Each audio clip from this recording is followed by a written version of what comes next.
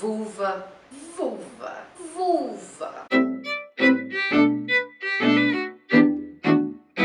A vulva corresponde, de acordo com o site médico que vou deixar à disposição aqui embaixo, ao conjunto de órgãos genitais femininos externos e visíveis.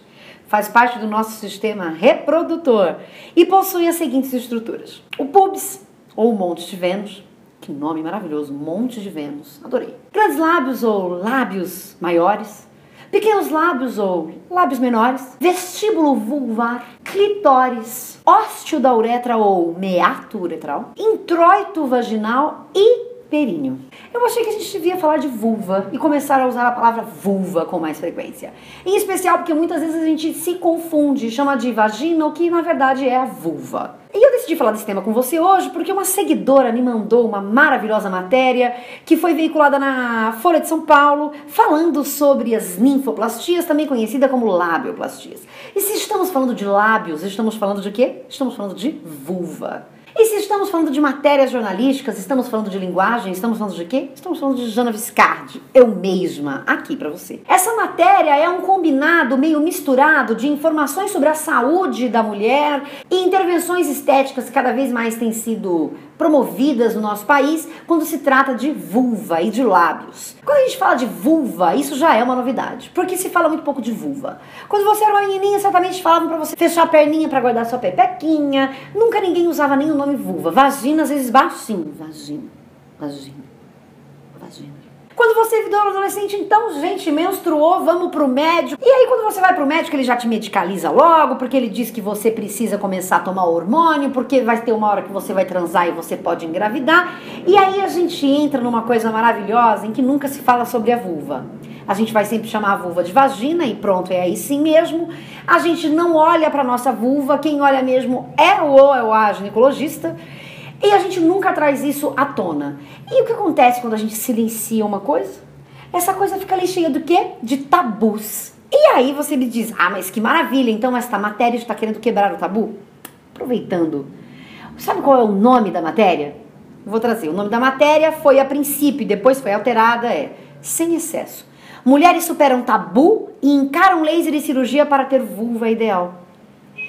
Eu gostaria de entender aqui qual é o tabu que a gente quebra quando a gente faz uma cirurgia para ter a vulva ideal. Tô aqui, peraí que eu vou refletir aqui um pouquinho.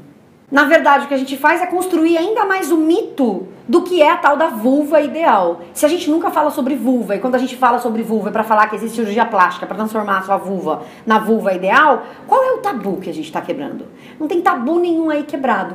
E muito curioso, pessimamente curioso, é que eles dizem assim na manchete: sem excesso. Sem excesso por quê? Porque lábios precisam ter um tamanho exclusivo e único. É isso que a gente está falando. E aí eu quero trazer aqui para você 2 parágrafos que eu achei muito interessantes. Um é um relato de uma mulher que diz: tinha um volume, mas não me incomodava. Até que no início do ano, meu marido disse meio brincando: nossa, você tem um negócio pendurado.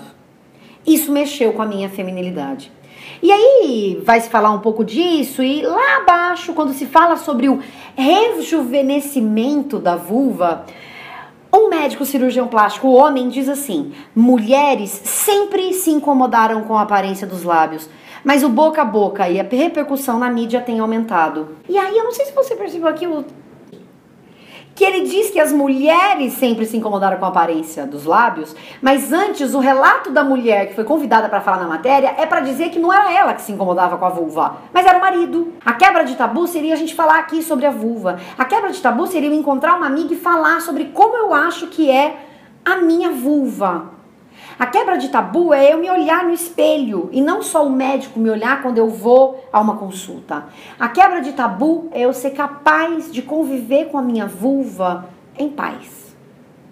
É claro que eu não estou falando aqui dos casos de mulheres que têm vulvas realmente protuberantes e que as incomodam. Incomodam para andar porque gera um atrito que machuca a vulva. Ou então mulheres que se sentem incomodadas ao transar por conta do tamanho da anatomia de suas vulvas, o que dificulta para elas a transa. Para além disso, sermos o país que mais faz labioplastias ou ninfoplastias tem um significado, tem um valor, e esse valor é o nosso silenciamento. Como não falamos sobre isso, estereotipamos. Estereotipamos ou criamos aí um imaginário daquilo que é ideal, inclusive para a vulva. E então o que acontece? O que acontece com os corpos das mulheres desde sempre? Eles são padronizados, eles são enquadrados. E aí quando a gente traz o discurso médico para barizar ou para formalizar, para fomentar uma discussão, a gente tem de novo um problema. Porque o clitóris, por exemplo, só foi incluído nos manuais de medicina depois de 1900. Antes disso ele aparecia, mas ele ia e vinha. E aí a gente tem um pouco essa coisa, por exemplo, do orgasmo da mulher que é meio místico. E a piadinha do clitóris, que ninguém sabe onde está, ninguém sabe o que é. E essa piada do clitóris, ela na verdade só reforça um tabu desse desconhecido.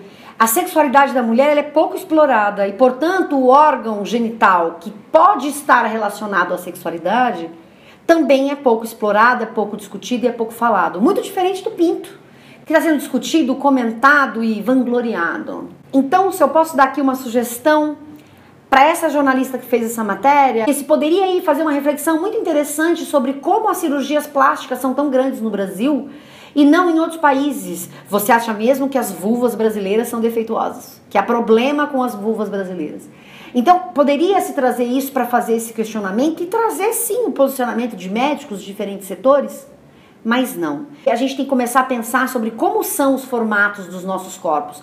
E por que as pessoas querem tanto que a gente se adeque a um ideal que a gente nunca vai alcançar. A gente envelhece, a vulva também envelhece. A gente tem cor, a vulva também tem cor. Quando a gente fala que a gente precisa mudar porque a gente se incomoda, eu não quero dizer que a gente não possa fazer uma cirurgia, por exemplo, mas que a gente tem que pensar por que se incomoda, por que sofre com aquilo. E trabalhar essa reflexão.